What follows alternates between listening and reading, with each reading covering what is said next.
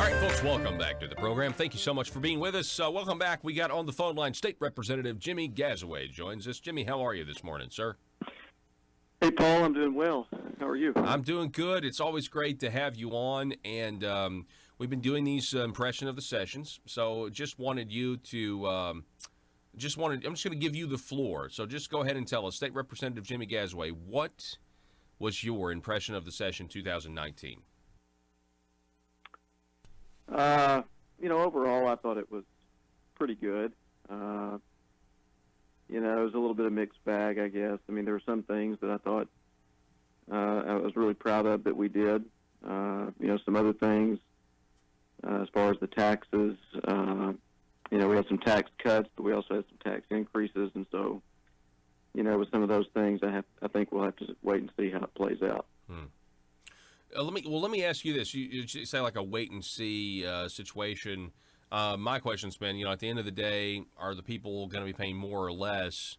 I've got DFNA's numbers. I think I know the answer, but what do you think? You think the people will be paying more money to the government, when it's all said and done than before?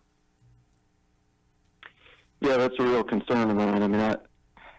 I can't say that for certain. Again, that's part of why I say I think we'll have to wait and see, but I think that's certainly a possibility, at least for some folks, depending on where you fall in the spectrum.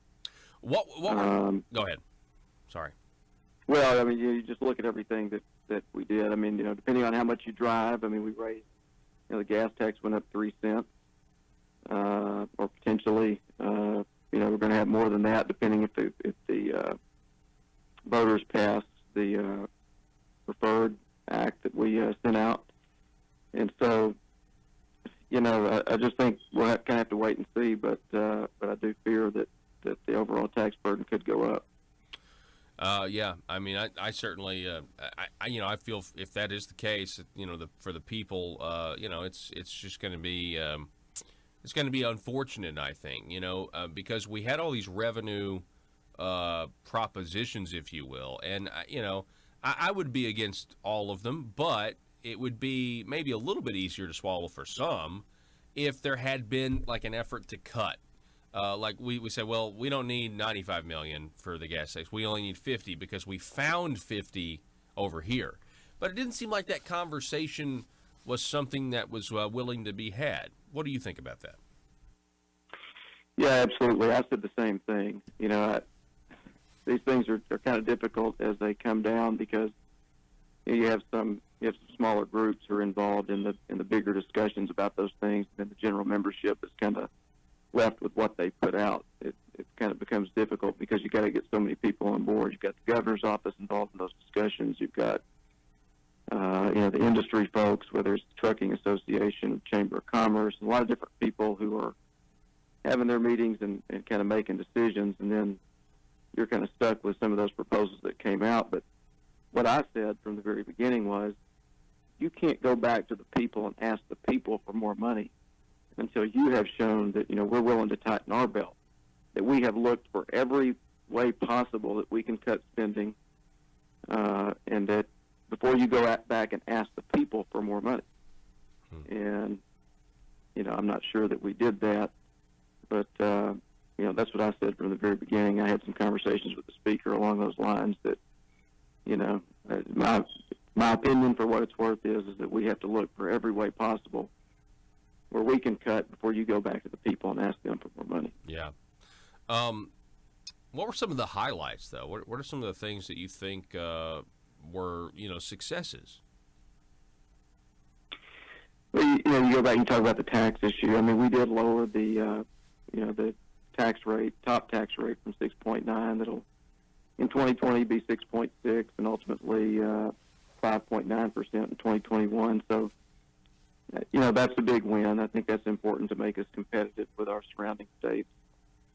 Especially for high-income individuals who are business owners and employ people. We want them to stay in Arkansas. We want them to keep their businesses in Arkansas. And so lowering that top rate was important. I think that was a good thing. We also lowered the corporate tax rate. So took that down from 6.5 to 5.9%. So on the tax front, I thought those were good things. I think, ultimately those will help our economy. And then from the social standpoint, social issues, that's what I'm probably most proud of. I mean, we had some great abortion legislation. We have an abortion trigger law now. If the Supreme Court ever reverses Roe versus Wade, abortion immediately becomes illegal in Arkansas. We have the 18-week abortion ban that I think also makes it a felony for a doctor to perform an abortion prior to 18 weeks. So, we had some good abortion legislation. The Sanctuary City bill that Brant Smith ran, I thought was a great bill.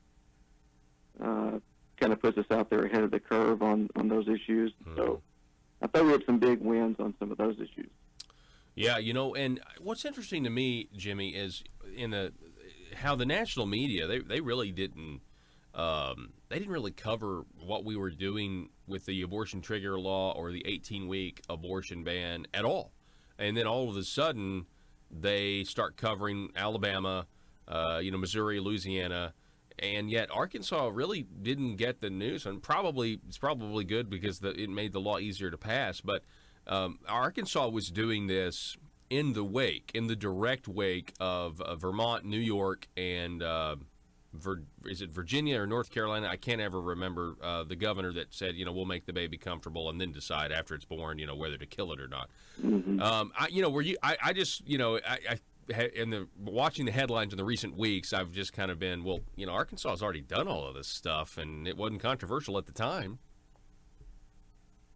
Yeah, that's exactly right. I was proud to see what we did on those abortion bills. I think that was the governor of Virginia, and then the governor of North Carolina vetoed the Born Alive bill that the North Carolina legislature passed. Ah, okay. And then we saw what you're right. I mean, what we did in Arkansas was in the wake of what they did in New York, which was just a disgrace.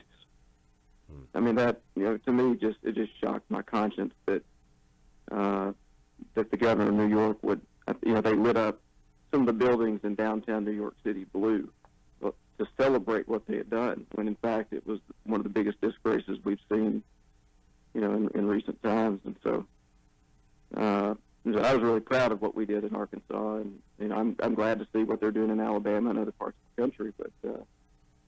But we were right there on the forefront too here in Arkansas, so I thought that was a good thing. Yeah, absolutely.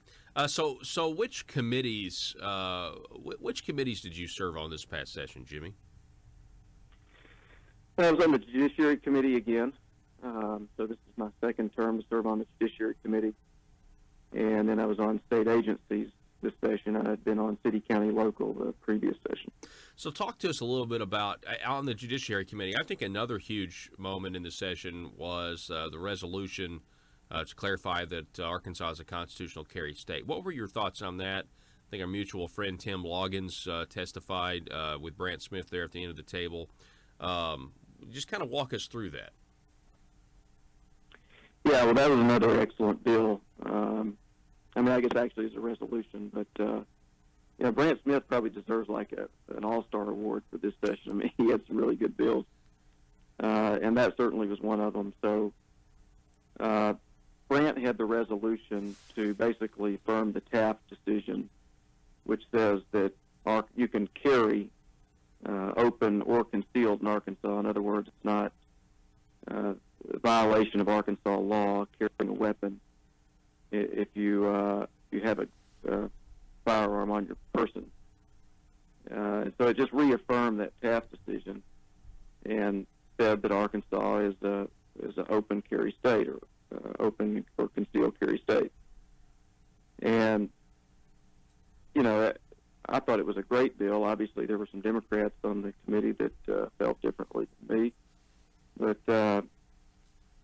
and Tim testified, and Tim is great, and Tim and I have several conversations about these issues, and Tim kind of keeps me informed on the most recent developments. But Tim really got up there, and he shut everybody down. I mean, even the Democrats who wanted to attack it, Tim is so knowledgeable, and he spits out those code sections like, I say he does it like memory verses, like you used to do at church. Mm-hmm. But he'll say 573-201, 573-604, and he knows exactly what he's talking about. He can cite statutes word for word like you would, recite John 3:16. He knows his statutes, and so Tim did a great job, and ultimately we were able to pass that. And it passed through the Senate. I thought that was another big win. What were your thoughts? I agree. Towards the end of the session, you mentioned sanctuary cities, but we also had towards the end of the session kind of a last-minute approval of the DHS budget that includes Obamacare Arkansas Works. But there was a little controversy there because it seemed about 30 minutes before the Senate passed the funding out, there was a judge that struck down the work requirements in the law. And then, the House kind of, stalled it and have the votes for about a day. And then, of course, they passed it. But what were your thoughts surrounding that? It was almost as if an old issue that was settled and done had it almost kind of came back up and became a little bit of a problem. Yeah, that's right. I mean, so there was the federal court decision that struck down our work requirement. And so I think, I voted against the first appropriation when it came up again because, we really have to step back and take a look at this. I mean, without the work requirement, what are we going to do? I mean, what are our options? We don't want to make any rash decisions.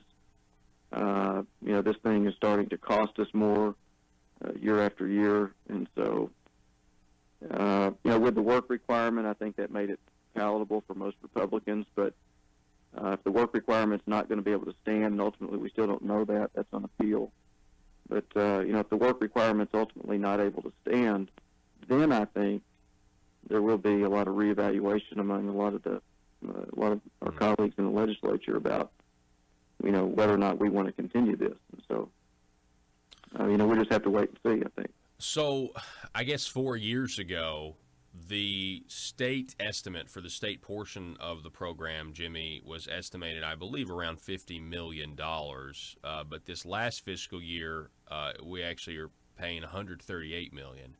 Do you think that discrepancy is a reason? Is that driving the new taxes to pay for roads or to pay for whatever the cause is? Maybe that's why they didn't find the savings, because we are kind of strapped paying for this program.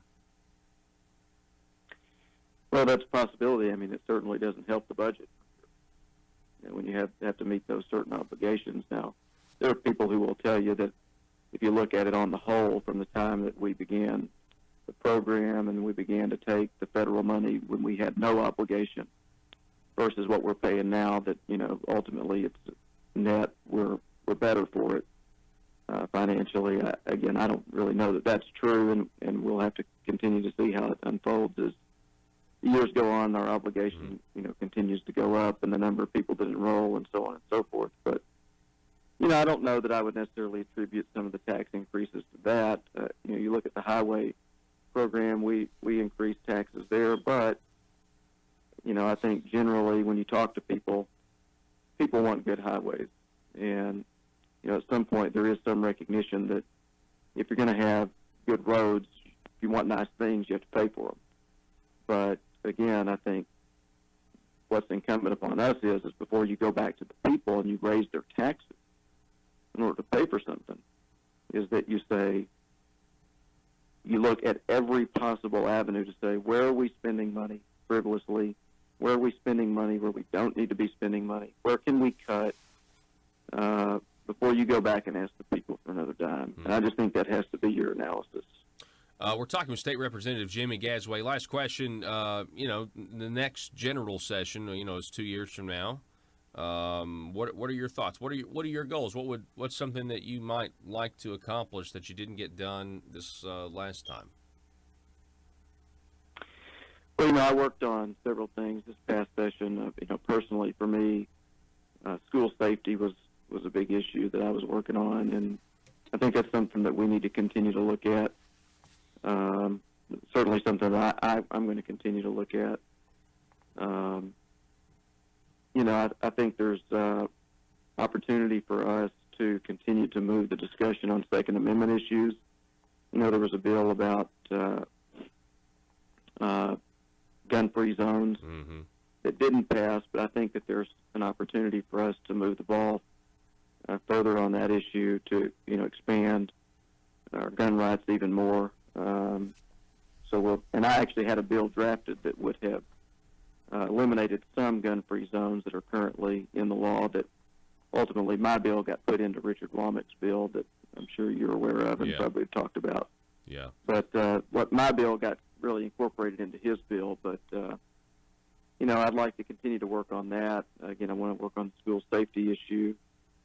I worked on some suicide prevention issues this past legislative session that were pretty important to me, and so I hope to continue to work on those things. But it's every front that we look at. I mean, whether it's taxes, whether it's abortion, we look at what Alabama and some of the other states have done. We don't want any state to get ahead of us, and so I think we can continue to push the envelope on a lot of these issues to try to still be at the forefront.